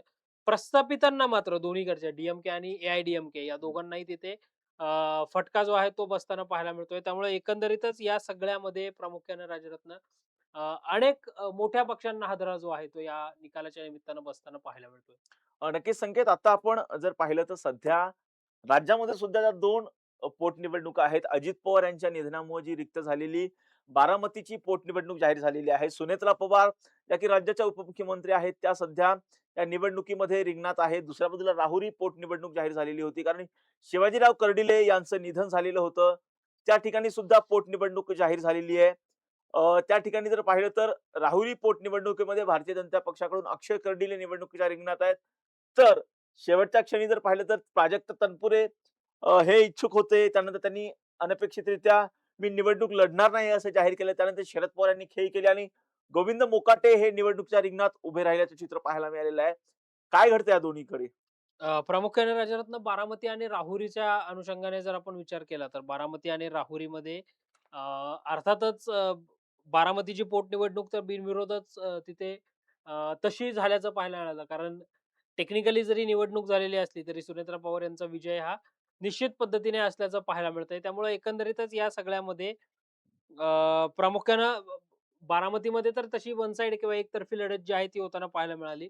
इकडे मात्र राहुरीमध्ये मात्र शरद पवारांच्या राष्ट्रवादी काँग्रेस पक्षाकडनं ऐन मोमेंटला 11th अवरला गोविंद मोकाटे यांना उमेदवारी देण्यात आली. का तर मग तिथले आमदार असणारे राज्याचे माजी ऊर्जा खात्यासारख्या, उच्च तंत्र शिक्षण खात्यासारख्या महत्त्वाच्या खात्यांची जबाबदारी सांभाळलेले माजी राज्यमंत्री जयंतराव पाटील यांचे भाचे प्राजक्त तनपुरे यांनी ऐन वेळेला घेतलेली माघार असेल. या सगळ्या माघारीनंतर त्या ठिकाणी गोविंदराव मोकाटे यांनी निवडणूक जी आहे ती लढवताना पाहायला मिळाले. मात्र या निवडणुकीमध्ये त्यांना फटकाच कुठेतरी बसताना पाहायला मिळतो. कारण चौथ्या फेरीअखेर केवळ 3000 इतकी मतं ही गोविंद मोकाटे यांना 3500 इतकी मतं त्यांना मिळाल्याचं पाहायला मिळतंय. त्यामुळं दोन्ही जागा ज्या आहेत त्या महाविकास आघाडी जी आहे ती महायुती जी आहे ती राखताना आपल्याला पाहायला मिळते. संकेत सुनेत्रा पवार आता 54,504 मतांनी पुढे आहेत. सुनेत्रा पवार तर राहुरी पोटनिवडणुकीमध्ये अक्षय कर्डिले हे 25,408 मतांनी आघाडीवरती आहेत. तर गोविंद मोकाटे जे की राष्ट्रवादी काँग्रेस पक्षाचे शरद पवार गटाचे उमेदवार आहेत ते 3,522 मतांनी आघाडीवरती आहेत. सध्या जर पाहिलं तर संकेत ज्या पोटनिवडणुका असतात त्या शक्यतो आपण बघतो की सहानुभूतीच्या लाटेवरती सवार झालेल्या असतात. अगदी ह्या 2 निवडणुका आहेत त्या अगदी तशाच पद्धतीने झाल्यात म्हणायच्या? निश्चित राजरत्न. मुळामध्ये पोटनिवडणूक म्हटली की भावनिकतेची लाट, भावनिकतेची किनार या सगळ्या गोष्टी तिथे असताना आपल्याला पाहायला मिळतातच. आणि बारामतीच्या अनुषंगाने प्रामुख्याने आपण बोललो तर बारामती म्हणजे अजितदादा आणि अजितदादा म्हणजे बारामती. असं विधानसभेला तिथे सूत्र जे आहे ते असल्याचं पाहायला मिळालेलं होतं. आणि मुळामध्ये बारामतीत कधी पोटनिवडणूक लागेल असं हं. कोणी कधी स्वप्नावतही विचार जो आहे तो केला नसावा. आणि मात्र दुर्दैवाने ही सगळी वेळ आल्यानंतर बारामतीकरांनी कुठेतरी ही निवडणूक जी आहे ती हाती घेतल्याचं पाहायला मिळालेलं होतं. आणि या निवडणुकीमध्ये आतापर्यंत मगाशी तू जसं प्रदेशाध्यक्ष सुनील तटकरे यांचं उदाहरण दिलं, की विक्रमी मतांनी आम्ही सुनेत्रा वहिनींना निवडून आणू. यासाठी बारामतीकरांनी कर सुद्धा सरसावल्याचं पाहायला मिळालं आणि त्या अनुषंगानं 54,504 इतक्या मतांची आघाडी आतापर्यंत सुनेत्रा पवार यांनी घेतल्याचं पाहायला मिळालं. राहुरीमध्ये सुद्धा शिवाजीराव कर्डिले यांनी केलेली कामं असतील, शिवाजीराव कर्डिले यांचा जनमानसातला संपर्क असेल, सरपंच ते आमदार केलेले अशी केलेली संपूर्ण वाटचाल असेल. या वाटचालीच्या अनुषंगानेही कर्डिले परिवाराच्या पाठीशी प्रामुख्याने राहुरीची जनता जी आहे ती असल्याचं पाहायला मिळतंय. संकेत निश्चितपणे जर पाहिलं तर कधी वाटलंच नव्हतं, की बारामतीमध्ये अशा पद्धतीने पोटनिवडणूक लागेल. दुर्दैवाने पोटनिवडणूक जाहीर झाली कारण अजित पवार यांच्या निधनामुळं ती जागा रिक्त झालेली होती आणि ती जागा 6 महिन्याच्या आत भरणं सुद्धा बंधनकारक होतं. कारण सुनेत्रा पवार यांनी त्या ठिकाणी जे आहे उपमुख्यमंत्री पदाची शपथ घेतली होती. त्यांना विधान परिषद किंवा विधानसभेचं सदस्य होणं हे अत्यंत गरजेचं होतं आणि त्या अनुषंगाने सुनेत्रा पवार आता बारामती पोटनिवडणुकीमध्ये निवडणुकीच्या रिंगणात आहेत. 54,504 मतांनी सुनेत्रा पवार यांना मतं मिळताना दिसतात. सुरुवातीला जे प्राथमिक कल येत आहेत त्यानुसार तर राहुरी पोटनिवडणुकीमध्ये अक्षय कर्डिले हे आघाडीवरती आहेत. 25,408 मतं त्यांना मिळालेली आहेत. तर गोविंद बोकाटे यांना 3,522 मतं मिळताना एकंदरीत जी आहे ती दिसतायत. परंतु संकेत दुसरी एक महत्त्वाची बाब म्हणजे एका बाजूला पोटनिवडणूक जाहीर झालेली आहे. अजित पवार यांचं निधन होऊन अवघे काही महिनेच झालेले आहेत. असं सगळं असताना पवार कुटुंबामध्येच कुठेतरी कलह पाहायला मिळालेला आहे. जे दोन्ही राष्ट्रवादीमध्ये आहेत, जे मतभेद आहेत ते सुद्धा पाहायला मिळालेले होते. कारण काही दिवसांपूर्वी जर पाहिलं, तर ज्यावेळेस ही निवडणूक ज्यामध्ये काँग्रेस पक्षाने मा राजरत्न थोडंसं तुला थांबवतो कारण पश्चिम बंगालमधनं एक नवीन अपडेट जी आहे ती समोर आलेली आहे. पश्चिम बंगालच्या विद्यमान मुख्यमंत्री आणि टी-एम-सीच्या मुख्य नेत्या ममता बॅनर्जी या सध्या पिछाडीवर असल्याचं चित्र जे आहे ते पाहायला मिळतंय. पश्चिम बंगालमधल्या भवानीपुरम मतदारसंघातून ममता बॅनर्जी या पिछाडीवर असल्याचं पाहायला मिळतंय. शुभेंदू अधिकारी यांनी पुन्हा एकदा या ठिकाणी आघाडी जी आहे ती घेतल्याचं पाहायला मिळतंय. आता हिस्ट्री रिपीट होते की काही वेगळा बदल होतो हे पाहणं तिथं राजरत्न महत्वाचं आहे. नक्कीच संकेत जर पाहिलं तर तृणमूल काँग्रेसचा अत्यंत महत्त्वाचा चेहरा, मुख्यमंत्री पदाचा चेहरा, ज्यांनी अनेक काळ जो आहे ते मुख्यमंत्री पद भूषवलेल्या त्या ममता बॅनर्जी आता भारतीय जनता पक्षाच्या उमेदवाराकडून पिछाडीवरती गेलेल्या आहेत. भवानीपूर मतदारसंघातून ममता बॅनर्जी पिछाडीवरती आहेत. शुवेंदू अधिकारी जे की भारतीय जनता पक्षाचे नेते आहेत, माजी विरोधी पक्षनेते आहेत ते शुवेंदू अधिकारी यांनी थेटपणे ममता बॅनर्जी यांना कुठेतरी जर पाहिलं तर पिछाडीवरती टाकलेलं आहे. अत्यंत महत्त्वाची घडामोड म्हणायची. कारण जर पाहिलं तर कुठेतरी काट्याची टक्कर पश्चिम बंगालमध्ये होईल असं वाटलेलं होतं. परंतु भारतीय जनता पक्ष आता थेटपणे बहुमताच्या आकड्याकडे जाताना दिसतोय संकेत. निश्चित राजरत्न भारतीय जनता पार्टीसाठी सुद्धा हा मोठा विजय हा सर्वार्थाने असल्याचं पाहायला मिळतंय. कारण अनेक वर्षांपासून आपलं सरकार त्या ठिकाणी यावं यासाठी भाजप हा नेहमी प्रयत्नशील राहिल्याचं पाहायला मिळालेलं होतं.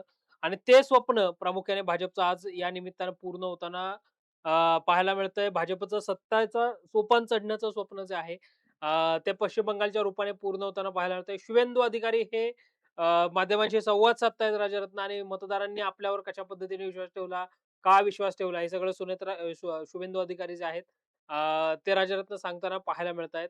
मात्र एकंदरीतच शुभेंदू अधिकारी यांच्या नेतृत्वामध्ये भारतीय जनता पार्टीने ही सगळी निवडणूक लढवलेली होती. जरी तिथे उपमुख्यमंत्री पदाचा चेहरा घोषित झाला नसला तरी शुभेंदू अधिकारी हेच प्रमुख आताचं चेहरा होते. महत्वाचं विधान आहे संकेत शुवेंदू अधिकारी जे की ज्यांनी ममता बॅनर्जी यांना या निवडणुकीमध्ये पिछाडीवरती टाकलेलं आहे. ते म्हणतायत की पश्चिम बंगालमध्ये भारतीय जनता पक्षाचं सरकार स्थापन होणार.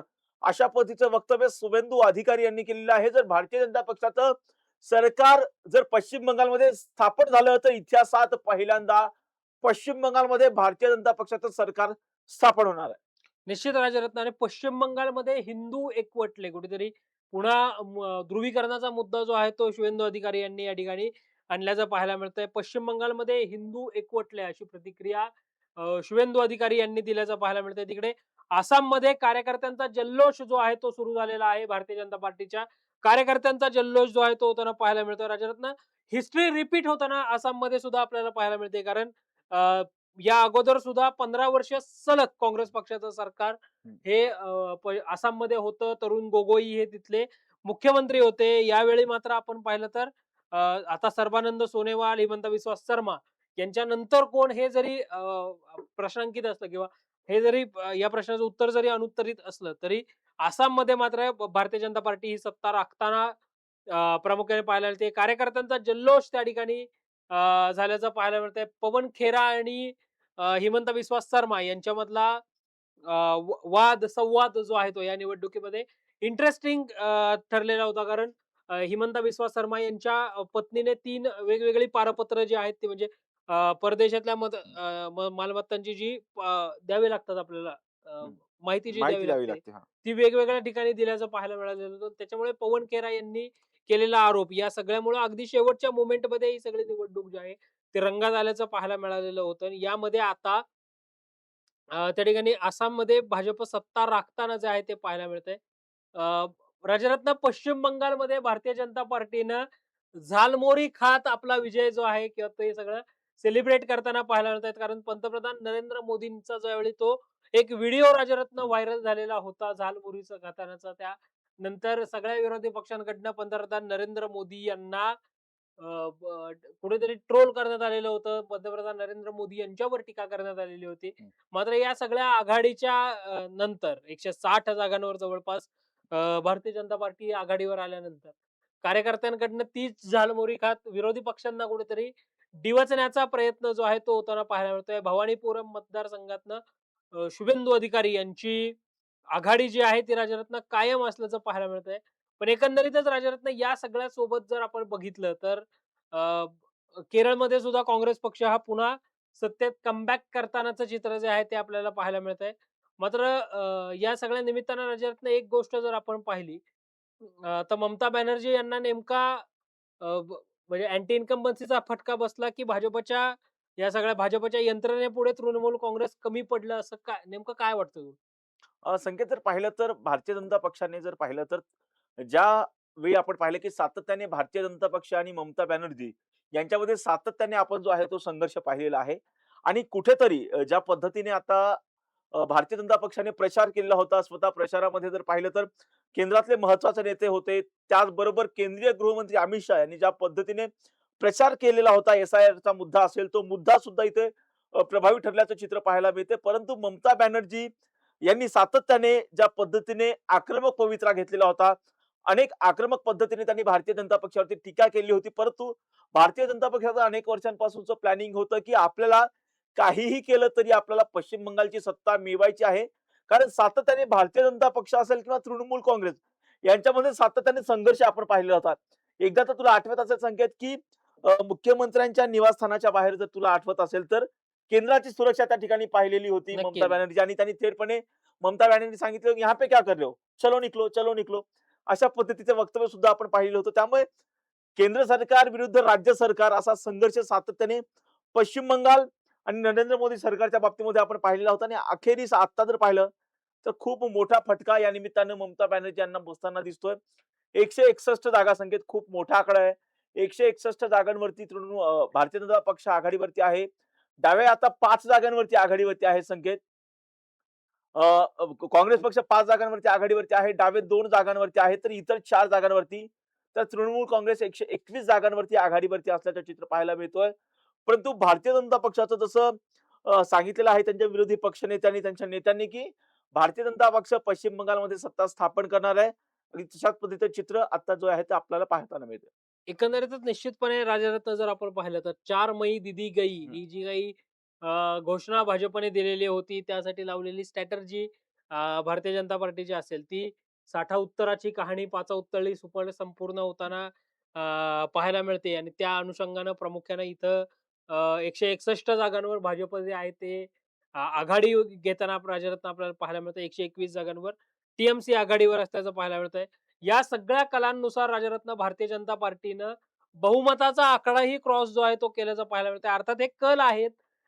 या सगळ्या कलांनुसार मात्र पश्चिम बंगालमध्ये सत्तेचा सोपान गाठण्याचं स्वप्न भाजपचं पूर्ण होताना पाहायला मिळतंय. तामिळनाडूमध्ये मात्र राजरत्न जर आपण पाहिलं तर 1967 नंतर पहिल्यांदाच अन्य एखाद्या पक्षाची सत्ता येते की काय अशी स्थिती पाहायला मिळते. जवळपास 59 वर्षांनंतर तमिळनाडूच्या राजकारणामध्ये एक मोठा उलटफेर म्हणावा लागेल. कारण या अगोदर जर आपण पाहिलं तर टी-एम-के, ए-डी-एम-के अशी सत्ता जी आहे ती तिथे राहताना आपल्याला पाहायला मिळाली होती. यावेळी मात्र विजय थलपतींचा जलवा जो आहे तो तिथे चालल्याचं पाहायला मिळतंय आणि तमिळेतनं वेक्का कळम हा जो पक्ष आहे त्यांचा त्या पक्षाची टी-व्ही-के त्या ठिकाणी सगळ्यात मोठा पक्ष म्हणून उदयास येताना पाहायला मिळतोय. कारण 103 जागा राज्यातून 231 पैकी या विजय थलपतींच्या पक्षाने जे आहे ते मिळवताना पाहायला मिळतं. संकेत तामिळनाडूमध्ये जर पाहिलं तर ज्या पद्धतीने एखाद्या अभिनेत्याचा जर पाहिलं तर या सुद्धा आधी सुद्धा आपण पाहिलेलं होतं की जयललिता या सुद्धा अनेक काळ अभिनेत्री होत्या, नक्कीच. मोठ्या अभिनेत्री होत्या. त्या सुद्धा अनेक काळ त्यांनी तामिळनाडूचं मुख्यमंत्री पद भूषवलेलं होतं. आता सुद्धा पाहिलं तर विजय थलापतीच्या निमित्तानं पुन्हा एकदा एक अभिनेता मुख्यमंत्री पदाच्या रूपामध्ये दिसू शकतो. कारण त्यांच्या पक्षाला 103 जागांवरती आघाडी मिळवताना तो पक्ष दिसतोय. अशा वेळी जर असं चित्र आहे की एडीएमके जर त्यांना जागा कमी पडत असतील, ते एडीएमकेच्या पाठिंब्यावरती ते सरकार स्थापन करू शकतात, असं चित्र सुद्धा आहे. आणि मोठ्या प्रमाणामध्ये जर पाहिलं तर संकेत, विजय थलपतीचा जो फ्रीचा फॉर्म्युला आहे, तो कुठेतरी तामिळनाडूमध्ये चालल्याचं चित्र आहे. महिलांना महिन्याला ₹2,500 देऊ. जसं महाराष्ट्रामध्ये लाडकी बहीण योजना आलेली होती. अगदी तशाच पद्धतीने महिन्याला आम्ही महिलांना ₹2,500 देऊ अशा पद्धतीची घोषणा त्यांनी केली होती. 6 सिलेंडर 6 सिलेंडर जे आहेत म्हणजे शेवटी महिलांना मोफत देऊ. मोफत देऊ अशा पद्धतीचे सुद्धा त्यांनी वादे केले होते. गरिबांच्या लग्नासाठी मुलींना 8 ग्राम सोनं आम्ही देऊ. त्याचबरोबर राज्य सरकारच्या परिवहन बसमध्ये महिलांना मोफत प्रवासाचं आश्वासन सुद्धा विजय थलपती यांनी दिलेलं होतं. अशा अनेक महत्त्वाच्या घोषणा ज्या आहेत किंवा एक सगळ्यात इंटरेस्टिंग गोष्ट राजरत्न अशी होती, की गरिबांच्या लग्नासाठी मुलींना 8 ग्रॅम सोनं आणि सिल्कची साडी आम्ही देऊ असा सुद्धा जो काही वादा विजय थलपतींनी केलेला होता. या सगळ्यामध्ये म्हणजे मागच्या निवडणुका जर आपण पाहिल्या राजरत्न झालेल्या, महाराष्ट्राची निवडणूक असेल, नुकतीच झालेली बिहारची निवडणूक असेल, या सगळ्यामध्ये मातृशक्ती, महिला शक्तीला जर आपण आपल्याकडे आकर्षित करून घेतलं, महिला मतदारांना जर आपण अगदी त्यांच्या भावनेला हात घालणारे मुद्दे जर आपण सांगितले, तर आपला विजय जो आहे तो निश्चितपणे होतो. हे कुठेतरी मागच्या काही वर्षांपासून किंवा मागच्या काही निवडणुकांमध्ये जो काही एक फॉर्म्युला होता, तोच फॉर्म्युला विजय थलपती हे पुढे घेऊन जाताना पाहायला मिळाले. महिला मतदारांना साथ घालण्याचा प्रयत्न त्यांनी या सगळ्या घोषणांच्या माध्यमातून म्हणजे एक फ्री फॉर्म्युला जो विजय थलपतींनी आणलेला होता, तो या ठिकाणी त्यांचा करिश्मा या सगळ्या फॉर्म्युल्याच्या रूपाने चालताना आपल्याला पाहायला मिळतोय. संकेत जे रेवडी कल्चर आहे, ते रेवडी कल्चरचा कुठेतरी फायदा होताना दिसतो. ज्या पद्धतीचे वक्तव्य, ज्या पद्धतीची आश्वासनं थेटपणे विजय थलपती यांनी दिलेले होते. इतिहासात 59 वर्षानंतर तामिळनाडूच्या इतिहासात पहिल्यांदा असं घडणार आहे, की 2 पक्ष एडीएमके किंवा डीएमके असे 2 पक्ष सोडून इतर कोणत्यातरी पक्षाची सत्ता येणार आहे. हे तामिळनाडूच्या इतिहासामध्ये पहिल्यांदा अशा पद्धतीचं होणार आहे. कारण विजय थलपती हे पहिल्यांदाच निवडणुकीच्या रिंगणात त्यांचा पक्ष होता. नवीन पक्ष आहे. टीबीके आणि थेटपणे त्यांनी एवढ्या मोठ्या प्रमाणामध्ये आघाडी घेतलेली आहे. स्टॅलिन यांना खूप मोठा धक्का म्हणायचा संकेत. निश्चित राजरत्न म्हणजे प्रामुख्याने जर आपण पाहिलं आता जे काही डिलिमिटेशनचा मुद्दा आलेला होता, की डिलिमिटेशन आल्यानंतर दक्षिण विरुद्ध उत्तर असा सगळा संघर्ष जो आहे तो होऊ शकतो. या सगळ्यामध्ये प्रामुख्याने जी चर्चा होती, त्या चर्चेच्या अनुषंगानं आमचं दक्षिण भारतातलं महत्त्व जे आहे ते कायम राहावं, अबाधित राहावं यासाठी स्टॅलिन हे आग्रही असल्याचं जे आहे ते राजरत्न पाहायला मिळालेलं होतं. मात्र त्या स्टॅलिनला होम ग्राउंडवरच फटका जो आहे तो बसताना पाहायला मिळतो. विजय थलपतींमुळं स्टॅलिनचा जो पक्ष आहे त्या ठिकाणी केवळ त्यांना मात्र साधारणतः 78 इतक्या जागा ज्या आहेत त्या मिळताना पाहायला मिळत आहेत. त्यामुळं 1900 जवळपास 59 वर्षांनंतर त्या ठिकाणी उलटफेर जो आहे तो झाल्याचं पाहायला मिळतंय. पुद्दुचेरीमध्ये मात्र राजरत्न भारतीय जनता पार्टीची विजयाकडे वाटचाल जी आहे ती सुरू असल्याचं पाहायला मिळतंय. कारण 30 पैकी 29 जागांचा कल जो हाती आला, ज्यामध्ये 22 जागांवर भाजप हे आत्ता आघाडीवर असल्याचं साधारणतः पाहायला मिळतंय. आसाममध्ये हिमंता बिस्वा शर्मा यांची जादू जी आहे ती चाललेली आहे आणि अर्थातच बारामती आणि राहुरी या ज्या 2 पोटनिवडणुका आहेत, ज्या पोटनिवडणुकांमध्ये प्रामुख्यानं राजरत्न जर आपण पाहिलं तर महायुतीच म्हणजे इकडे सुनेत्रा पवार 52,492 52 मतांनी आघाडीवर आहेत. अक्षय कर्डिले 35,076 मतांनी आघाडीवर आहेत. त्यामुळे एकंदरीतच या सगळ्या मध्ये महायुतीचीच त्या ठिकाणी महाराष्ट्रामध्ये दोन्ही जागांवर महायुती तिकडे राष्ट्रवादी आणि भाजप ही प्रामुख्याने आपल्या जागा ज्या आहेत त्या राखताना पाहायला मिळत आहेत. संकेत ची मोठी पिछाड झालेली आहे चेन्नईमध्ये. संकेत जर पाहिलं तर चेन्नईमध्ये डीएमकेचा करिश्मा सातत्याने पाहायला मिळायचा. त्याच चेन्नईमध्ये सर्वात मोठा गड चेन्नई जो होता डीएमकेचा त्याच ठिकाणी मोठ्या प्रमाणामध्ये डीएमकेची पिछाड झालेली आहे. जे चेन्नईमधले 16 मतदारसंघ आहेत त्या 16 मतदारसंघामध्ये सुद्धा डीएमकेची पिछाड झालेली आहे. सर्वात मोठ्या पद्धतीने जर पाहिलं तर विजय थलपती यांचा जो पक्ष आहे टीबीके तो 103 जागांवरती आघाडीवरती आहे. खरं तर तामिळनाडूमध्ये खूप मोठ्या प्रमाणामध्ये धक्का म्हणायचा हा स्टॅलिनला असेल किंवा डीएमके एडीएमके पक्षाला खूप मोठा धक्का म्हणावा लागेल, कारण विजय थलपती हे सत्तेत येताना दिसत आहेत. तर पश्चिम बंगालमध्ये सातत्याने आकडे बदलत आहेत. तृणमूल काँग्रेसचा आकडा जो आहे तो कमी होताना दिसतो आणि भारतीय जनता पक्षाचा आकडा जो आहे तो वाढताना दिसतोय. भारतीय जनता पक्ष 164 जागांवरती पश्चिम बंगालमध्ये आघाडीवरती आहे. एवढा वेळ काँग्रेस पक्ष कुठेच दिसत नव्हता. तो काँग्रेस पक्ष 5 जागांवरती आघाडीवरती आहे. डावे 2 जागांवरती. त्या डाव्यांची अनेक वर्ष ज्योती बसू यांच्या मार्फत सत्ता होती. तो डावा पक्ष थेटपणे आता सत्तेच्या बाहेर गेलेला आहे. अनेक वर्षांपासून बाहेर गेलेला आहे. ममता बॅनर्जी यांनी डाव्यांना जोरदार धक्का दिलेला होता. त्या ममता बॅनर्जी सुद्धा आता सत्तेमधून बाहेर जाताना दिसत आहेत. भारतीय जनता पक्ष आघाडीवरती आहे. इतर जे आहे ते 4 जागांवरती आघाडीवरती असल्याचं चित्र पाहायला मिळतं. परंतु बारामतीमधून एक महत्वाचं विधान आलेलं आहे. बारामती पोटनिवडणुकीमध्ये सुनेत्रा पवार आघाडीवरती आहेत, तरी सुद्धा सुनेत्रा पवार यांनी एक महत्वाचं विधान केलेलं आहे की विजयाचा जल्लोष कुणीही करू नका, विजयाचा गुलाल उधळू नका. त्याचं महत्वाचं कारण म्हणजे ही पोटनिवडणूक आहे. राज्याचे उपमुख्यमंत्री दिवंगत उपमुख्यमंत्री अजित पवार यांच्या निधनामुळे ही निवडणूक होतीये. त्यामुळे कोणीही विजयाचा जल्लोष करू नका, कुणीही गुलाल उधळू नका, अशा पद्धतीचं वक्तव्य उपमुख्यमंत्री सुनेत्रा पवार यांनी केलंय. निश्चित राजरत्न या सगळ्यामध्ये प्रामुख्याने आजचा विजय हा दादांच्या स्मृतींना अर्पित असं सुद्धा सुनेत्रा पवार ज्या आहेत त्या राजरत्न म्हटल्याचं पाहायला मिळतं. या ठिकाणी न भूतो अशी सगळी साधारणतः आघाडी सुनेत्रा पवार यांना मिळेल असा विश्वास हा व्यक्त केला जात होता आणि आतापर्यंतच 52,452 मतांची आघाडी जी आहे ती सुनेत्रा पवार यांनी घेतल्याचं जे आहे ते पाहायला मिळतंय. पण राजरत्न नेहमी आपण असं बघतो निवडणुका झाल्या की मागच्या अनेक वर्षांपासून काँग्रेस पक्षाला मात्र राष्ट्रीय आणि प्रादेशिक पातळीवर सुद्धा कुठेतरी पिछेहाट झाल्याचं पाहायला मिळतंय आणि या 5 राज्यांच्या निवडणुकांमध्ये सुद्धा ही स्थिती कायम असल्याचं पाहायला मिळतंय. नेमकं काय वाटतं तुला या सगळ्यामध्ये काँग्रेस पक्षाला च्या मागे काय इतकी पिछेहाट झाली?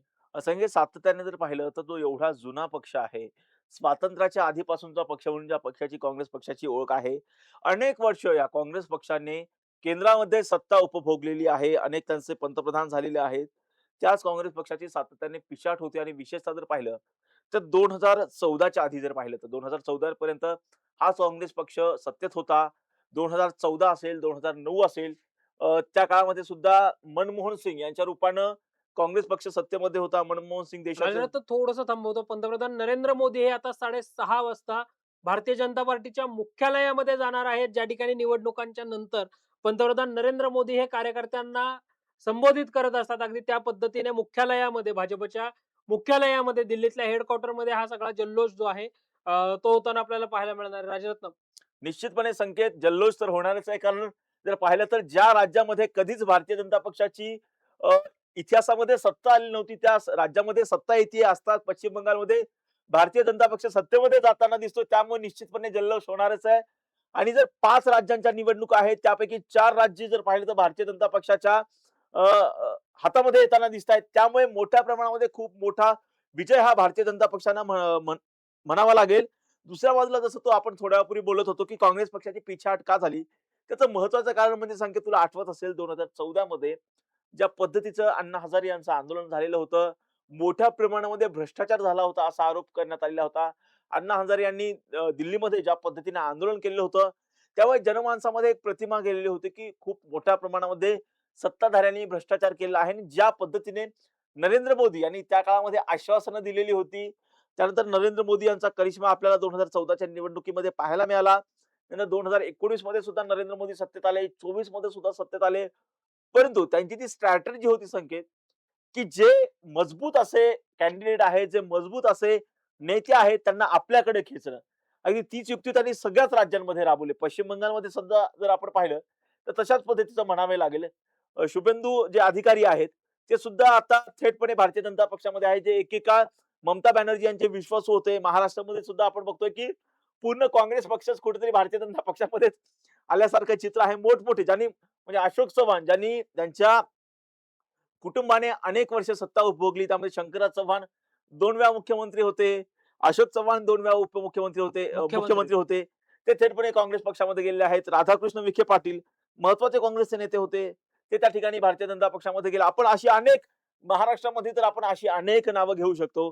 तशाच पद्धतीने जर पाहिलं तर भारतीय जनता पक्षाने तशाच पद्धतीने अनेक महत्त्वाचे नेते स्वतःच्या पक्षामध्ये घेतले आणि त्यानंतर जर पाहिलं तर त्यांना प्रमोट केलं गेलं आणि त्यानंतर जर पाहिलं तर खूप मोठ्या प्रमाणामध्ये देशभरामध्ये सत्तांतर झाल्याचं चित्र पाहायला मिळतं. निश्चित राजा या सगळ्यामध्ये आता पश्चिम बंगालमध्ये सुद्धा कलांनुसार भारतीय जनता पार्टी जी आहे ती आघाडी घेताना पाहायला मिळते. कार्यकर्त्यांचा जल्लोष जो आहे तो या सगळ्या निवडणुकांच्या निमित्तानं पूर्ण होताना किंवा सुरू झाल्याचं आपल्याला पाहायला मिळतंय. राजरत्न एकंदरीतच या सगळ्यामध्ये आता पश्चिम बंगालमध्ये कार्यकर्त्यांचा जल्लोष जो आहे तो सुरू झालेला आहे. जरी आता आपण जसं म्हटलं काही वेळापूर्वी, की काँग्रेस पक्षाची पिछेहाट कुठेतरी होताना पाहायला मिळते. मात्र तरी देखील अ, आसाम सॉरी केरळ हे काँग्रेस पक्षासाठी आशेचा किरण असल्याचं पाहायला मिळतंय. केरळमध्ये मात्र यू आणि काँग्रेसला मिळून त्या ठिकाणी 98 इतक्या जागा ज्या आहेत त्या मिळताना पाहायला मिळत आहेत. बहुमतात 140 पैकी 98 जागांवर यू आणि काँग्रेस जे आहे ती आघाडी करून त्या ठिकाणी लढताना आपल्याला पाहायला मिळत आहेत. संकेत केरळमध्ये सातत्याने जर पाहिलं तर केरळमध्ये ज्यावेळेस संकटात काँग्रेस होती, त्यावेळेस केरळनेच काँग्रेस पक्षाला हात दिलेला होता. तुला आठवत असेल ज्यावेळेस राहुल गांधी यांचा पराभव झालेला होता. स्मृती इराणी यांनी राहुल गांधी यांचा पराभव केलेला होता उत्तर प्रदेशमधून. त्यावेळेस जर पाहिलं तर त्याच केरळने राहुल गांधी यांना साथ दिलेली होती. नंतर राहुल गांधी 2 ठिकाणावरून निवडणुकीमध्ये आत्ताच्या निवडणुकीमध्ये विजयी झालेले होते. केरळमधून सुद्धा विजयी झालेले होते. उत्तर प्रदेशमधून सुद्धा विजयी झालेले होते. आ वायनाड आणि अमेठी. वायनाड आणि अमेठी या 2 ठिकाणाहून विजयी झालेले होते.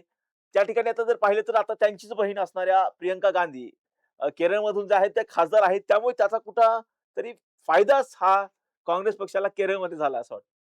निश्चितच जितकं प्रेम आम्हाला म्हणजे गांधी परिवाराला अमेठी आणि रायबरेलीने दिलं, हां. तितकंच प्रेम हे वायनाडने दिलं असं सुद्धा राहुल गांधी यांचं स्टेटमेंट जे आहे ते असल्याचं पाहायला मिळालं होतं. त्यानंतर राहुल गांधी ज्यावेळी अमेठी आणि वायनाड या दोन्ही ठिकाणाहून विजयी झाले, त्यानंतर मग नियमानुसार एका जागेचा राजीनामा हा 14 दिवसांच्या आतमध्ये द्यावा लागतो. त्यानुसार राहुल गांधी यांनी वायनाडच्या जागेचा राजीनामा जो आहे तो दिला आणि त्या ठिकाणाहून प्रियंका गांधी या लोकसभेमध्ये गेल्याचं पाहायला मिळालेलं होतं. अर्थात या सगळ्याचा फायदा केरळमध्ये त्या ठिकाणी झाल्याचं पाहायला मिळतं. मात्र पिनराई विजयन यांच्या बाबतीमध्ये सुद्धा कुठेतरी 10 वर्षांची अँटी इन्कम्बन्सी जी आहे ते प्रामुख्याने त्या ठिकाणी आपल्याला पाहायला मिळते. सर्वात शिक्षित असणारं राज्य राज्यभरातलं. या सगळ्या निमित्तानं किंवा डाव्यांचा गड म्हणून पिनराई विजयन हे एक हाती त्या ठिकाणी भिडताना लढताना आपल्याला पाहायला मिळाले. मात्र त्यांना सुद्धा त्या ठिकाणी धक्का बसताना पाहायला मिळतं. केवळ 140 पैकी 41 जागा या अ, त्यांना मिळताना पाहायला मिळतात. तर 98 जागांवर यू आणि काँग्रेस या पक्षाचं सरकार जे आहे ते असताना पाहायला मिळतंय. निवडणूक आयोगाच्या थोडंसं आकडेवारीनुसार जर आपण पाहिलं राजरत्न, तर राहुरी या ठिकाणी आता 27 फेऱ्यांमध्ये मतमोजणी जी आहे ती होणार आहे. ज्या ठिकाणी 7वी फेरी झालेली आहे केंद्रीय निवडणूक आयोगाच्या आतापर्यंतच्या आकडेवारीनुसार. तर बारामतीमध्ये 24 फेऱ्यांमध्ये मतदान होणार आहे. ज्या ठिकाणी 5वी फेरी सध्या सुरू असल्याचं पाहायला मिळतंय. त्यामुळे एकंदरीतच सुनेत्रा पवार आणि अक्षय कर्डिले हे या ठिकाणी आघाडीवर असल्याचं चित्र जे आहे ते पाहायला मिळतंय. आसाममध्ये जर आसाममधला कल जर थोडासा आपण पाहिला तर आसाममध्ये पार्टी वाईज थोडंसं आपण पाहिलं तर 126 जागांचे कल जे आहेत ते हाती आलेले आहेत. ज्याच्यामध्ये 78 जागांवर भाजप आघाडीवर आहे, 25 जागांवर काँग्रेस आघाडीवर आहे. आसाम गणना परिषद नावाचा जो तिथला स्थानिक पक्ष आहे, त्या पक्ष 10 जागांवर आघाडीवर असल्याचं पाहायला मिळतंय. तर बी-पी-एफ जो पक्ष तिथला स्थानिक आहे, बोडोलँड पीपल्स फ्रंट, तर तो 10 जागांवर आघाडीवर असल्याचं पाहायला मिळतंय. All India United democratic front हा जो तिथला पक्ष आहे, तो 2 जागांवर आघाडीवर असल्याचं पाहायला मिळतंय. तर रायजोर दल नावाचा आर-डी जो पक्ष आहे, तो 1 जागांवर आघाडीवर असल्याचं पाहायला मिळतंय. असा साधारणतः राजरत्न हा 126 जागांचा कल जो आहे तो समोर आल्याचं पाहायला मिळतंय आणि दुसऱ्या बाजूला जर आपण केरळच्या अनुषंगाने बोललो तर केरळमध्ये सुद्धा 61 जागांवर काँग्रेस आघाडीवर निवडणूक आयोगाच्या आकडेवारीनुसार आहे. सीपीआय जो पक्ष आहे जो मार्क्सिस्ट तो 29 जागांवर आघाडीवर आहे. इंडियन युनियन मुस्लिम लीग 22 जागांवर आघाडीवर आहे. कम्युनिस्ट पार्टी ऑफ इंडिया 9 जागांवर आघाडीवर आहे. केरळा काँग्रेस हा जो तिथला स्थानिक पक्ष आहे तो 7 जागांवर आघाडीवर आहे. इंडिपेंडंट 3 जागांवर आघाडीवर आहेत. रिअलिटी सोशलिस्ट पार्टी जी आहे ती 3 जागांवर आघाडीवर असल्याचं पाहायला मिळतंय. भारतीय जनता पार्टी एका जागेवर आघाडीवर असल्याचं पाहायला मिळतंय. Communist party of India Kerala state committee ही एका जागेवर आघाडीवर असल्याचं पाहायला मिळतंय. केरळा काँग्रेस जे-जे-ओ-बी नावाची जो जो पक्ष आहे तो एका जागेवर आघाडीवर असल्याचं पाहायला मिळतंय. केरळा काँग्रेस एम हा जो पक्ष आहे तो एका जागेवर आघाडीवर आहे. राष्ट्रीय जनता दल एका जागेवर आघाडीवर आहे. तर रिअलिटी मार्क्सिस्ट पार्टी ही जी आहे ती एक जागांवर आघाडीवर असल्याचं पाहायला मिळतंय. केंद्रीय निवडणूक आयोगाच्या आकडेवारीनुसार हा 140 जागांचा कल जर आपण पाहिला तर तो असा आपल्याला एकंदरीत पाहायला मिळतो. पुद्दुचेरीमध्ये जर आपण पक्षनिहाय पाहिलं तर पुद्दुचेरीमध्ये ऑल इंडिया एन-आर काँग्रेस हा जो पक्ष आहे तो 3 जागांवर आघाडीवर आहे. इंडिपेंडंट पक्ष 3 जागा ऑल इंडिया एन-आर काँग्रेस जो आहे तो 7 जागांवर आघाडीवर आहे. इंडिपेंडंट 3 जागांवर आघाडीवर आहेत. भारतीय जनता पार्टी 2 जागांवर आघाडीवर आहे. डी हा जो पुडुचेरीमधला पक्ष आहे. द्रविडा मुन्नेत्रा कलरम असा तो पक्ष आहे. तो 2 जागांवर आघाडीवर आहे. इंडियन नॅशनल काँग्रेस 2 जागांवर आघाडीवर आहे. ऑल इंडिया अण्णा द्रविडम मुगेत्रा असा जो तिथला पुडुचेरीमधला पक्ष आहे, तो एका जागेवर आघाडीवर आहे. निवडणूक आयोगाच्या आकडेवारीनुसार 30 पैकी 17 जागांचे हे कल जे आहेत ते एकंदरीत समोर असल्याचं चित्र जे आहे ते आपल्याला राज्यातनं पाहायला मिळतंय. नक्की संख्येत जर पाहिलं तर राज्यामधल्या ज्या 5 राज्यांच्या निवडणुका आहेत, त्यामध्ये सुद्धा भारतीय जनता पक्षाला मोठं यश मिळताना दिसतंय. जर पाहिलं तर बारामती पोटनिवडणुकीमध्ये सुद्धा सुनेत्रा पवार आघाडीवरती आहे. निश्चितपणे या ठिकाणी जर पाहिलं तर 52,452 मतांनी सुनेत्रा पवार ज्या आहेत त्या आघाडीवरती आहेत. तर राहुरीमध्ये अक्षय कर्डिले 35,076 मतांनी आघाडी घेतली आहे त्यांनी. तर गोविंद मोकाटे हे पिछाडीवरती असल्याचं चित्र पाहायला मिळतं. संकेत काय वाटतंय? बारामती पोटनिवडणुकीमध्ये कोणत्याच प्रमुख पक्षांनी उमेदवार दिलेला नव्हता सुनेत्रा पवार यांच्या विरोधात. परंतु जर राहुरीमध्ये जर पाहिलं तर शरद पवारांनी थेटपणे प्राजक्त तनपुरे यांनी माघार घेतल्यानंतर अनपेक्षितरित्या थेटपणे उमेदवार दिलेला होता. काय लॉजिक वाटतं यामागे? मुळामध्ये राजारत्न जर आपण पाहिलं तर बारामतीमध्ये उमेदवार देणार नाही म्हणणाऱ्या राष्ट्रवादी काँग्रेस पार्टी शरदचंद्र पवार पक्षाने तिकडे प्राजक्त तनपुरे उमेदवार असावेत यासाठी केलेले प्रयत्न प्राजक्त तनपुरेंनी सुद्धा अगदी शेवटच्या क्षणापर्यंत या सगळ्या जागेवर आपण कार्यकर्त्यांशी बोलू, कार्यकर्त्यांचा विचार घेऊ आणि कार्यकर्त्यां जे म्हणतील ते आपण करू असं ज्यावेळी ते म्हटले, नंतर मात्र मग शेवटच्या क्षणी राधाकृष्ण विखे पाटील आणि रवींद्र चव्हाण ज्यावेळी जाऊन भेटल्यानंतर प्राजक्त तनपुरे यांनी निवडणुकीतनं घेतलेली माघार आणि त्यानंतर गोविंद मोकाटे यांना दिलेली उमेदवारी. खरं तर सुजय विखे पाटील जे माजी खासदार आहेत आणि त्यांनी एक स्टेटमेंट असं केलेलं होतं, जे बारामतीत आहे तेच कुठेतरी राहुरीमध्ये व्हावं. म्हणजे जर बारामती बिनविरोध होणार असेल, तर राहुरी सुद्धा बिनविरोध व्हावी असं ते म्हणताना पाहायला मिळाले होते. प्रत्यक्षात मात्र बारामती तशी बिनविरोधच आहे. कारण टेक्निकली जरी निवडणूक होत असली तरी सगळे अपक्ष उमेदवार जे आहेत ते रिंगणात असल्याचं पाहायला मिळत असलं तरी इकडे मात्र अक्षय कर्डिले आणि तिथे 3 पक्षांमध्ये प्रमुख लढत जी आहे ती होताना पाहायला मिळते. म्हणजे अक्षय कर्डिले, गोविंद मोकाटे आणि संतोष चोळगे अशी ती लढत वंचित बहुजन आघाडीकडनं संतोष चोळगे निवडणुकीच्या रिंगणामध्ये आहेत. प्रमुख लढत मात्र गोविंद मोकाटे आणि अक्षय कर्डिले यांच्यामध्ये जी आहे ती होताना पाहायला मिळते.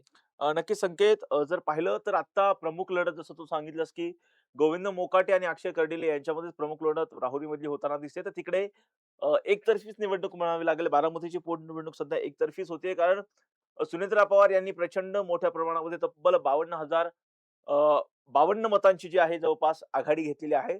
खरं तर खूप मोठी आघाडी सुनेत्रा पवार यांनी घेतलेली आहे. पश्चिम बंगालमध्ये ममता बॅनर्जींना मोठा फटका बसताना दिसतोय. भारतीय जनता पक्ष त्या ठिकाणी जे आहे ते आघाडीवरती आहे. तामिळनाडूमध्ये सुद्धा पाहिलं तर विजय थलपती यांचा पक्ष जो आहे तो आघाडीवरती दिसतोय. केरळमध्ये काँग्रेस पक्ष सत्तेमध्ये येताना दिसतोय. डाव्यांना मोठा फटका बसताना दिसतोय. अशाच पद्धतीचं चित्र जर पाहिलं तर पुडुचेरीमध्ये सुद्धा जर पाहिलं तर संकेत त्या ठिकाणी सुद्धा भारतीय जनता पक्ष सत्तेमध्ये येताना दिसतोय. आसाममध्ये सुद्धा भारतीय जनता पक्ष जो आहे तो सत्तेमध्ये येताना दिसतोय. अशा पद्धतीचं सगळं चित्र जे आहे सध्या संपूर्ण राज्यामध्ये जे आहे सध्या पाहायला मिळतंय. निश्चित राजरत्न आपण जर पाहिलं तर नंदीग्राम मधून मात्र अजूनही शुवेंदू अधिकारी यांची अ, अ, सु आघाडी जी आहे आघाडी ती आहे. कायम असल्याचं एकंदरीत चित्र जे आहे ते पाहायला मिळतंय. या सगळ्यामध्ये प्रामुख्याने राजरत्न आपण पाहिलं तर अ, पश्चिम बंगालकडे सगळ्यांचं सर्वाधिक लक्ष जे आहे ते असल्याचं पाहायला मिळतंय. पश्चिम बंगालच्या अनुषंगानं या ठिकाणी शुवेंदू अधिकारी आणि ममता बॅनर्जी अशीच ती लढत झाल्याचं पाहायला मिळतंय. भाजप विरुद्ध टी-एम-सी अशी लढत आहे आणि या सगळ्यामध्ये भाजपला त्या ठिकाणी फायदा झाल्याचं पाहायला मिळतंय. तमिळनाडूमध्ये मात्र अभूतपूर्व सत्तांतर म्हणावं लागेल कारण विजय थलपतींची एंट्री झाल्यानंतर विजय थलपतीचा जलवा जो आहे तो इथे कायम चालल्याचं चित्र जे आहे ते एकंदरीत पाहायला मिळतंय. अक्षय कर्डिले हे आता 25,408 मतांनी राजरत्न आघाडीवर असल्याचं पाहायला मिळतंय. तर सुनेत्रा पवार यांच्या आघाडीमध्ये सुद्धा वाढ झालेली आहे. 54,504 इतक्या मतांची आघाडी सुनेत्रा पवार यांनी घेतलेली आहे. गोविंद मोकाटे हे 3,522 मतं त्यांना आता मिळालेली आहेत. म्हणजे अ, राजरत्न 25,000चं लीड हे साधारणतः 21,000चं लीड हे अक्षय कर्डिले यांना असल्याचं पाहायला मिळतंय आणि गोविंद मोकाटे यांना तिथे 3,522 मतं इतकी असल्याचं पाहायला मिळतंय. इकडे डी मात्र तामिळनाडूमध्ये 50 जागांवर आतापर्यंत आघाडीवर असल्याचं पाहायला मिळतंय. टी-व्ही-के पक्ष मात्र 101 जागांवर आघाडीवर असल्याचं पाहायला मिळतंय. या सगळ्या निवडणुका फार इंटरेस्टिंग मोमेंटला झालेल्या निवडणुका होत्या. म्हणजे ह्या सगळ्या निवडणुका जाहीर होत असताना तिकडे डिलिमिटेशनचं बिल असेल, केंद्रशासित प्रदेश सुधारणा विधेयक असेल, महिला आरक्षण विधेयक, जे नारी शक्ती वंदन अधिनियम आहे. या सगळ्याच्या निमित्तानं सुद्धा ही निवडणूक जी आहे ती महत्त्वाची मानली जात होती. चर्चेतली निवडणूक जी आहे ती मानली जात होती आणि या सगळ्या निवडणुकांमध्ये पश्चिम बंगाल वगळता उर्वरित सगळ्या राज्यांमध्ये 1 टप्प्यामध्ये मतदान जे आहे ते झालेलं होतं.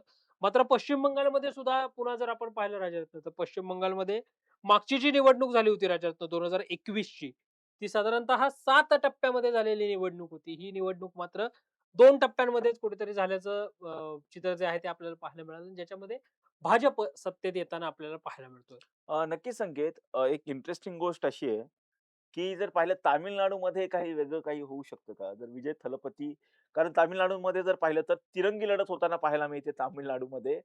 विजय थलपती जरी यांचा मोठा पक्ष असेल, 106 जागांवरती आघाडीवरती जरी असेल, तर डी एडीएमके यांची जर संख्या जर पाहिली तर एडीएमके जवळपास 80 जागांवरती म्हणू शकतो आपण आणि डी जवळपास 50 50 जागांवर, जवळपास 150 जागा या पक्षाकडे येताना दिसतात.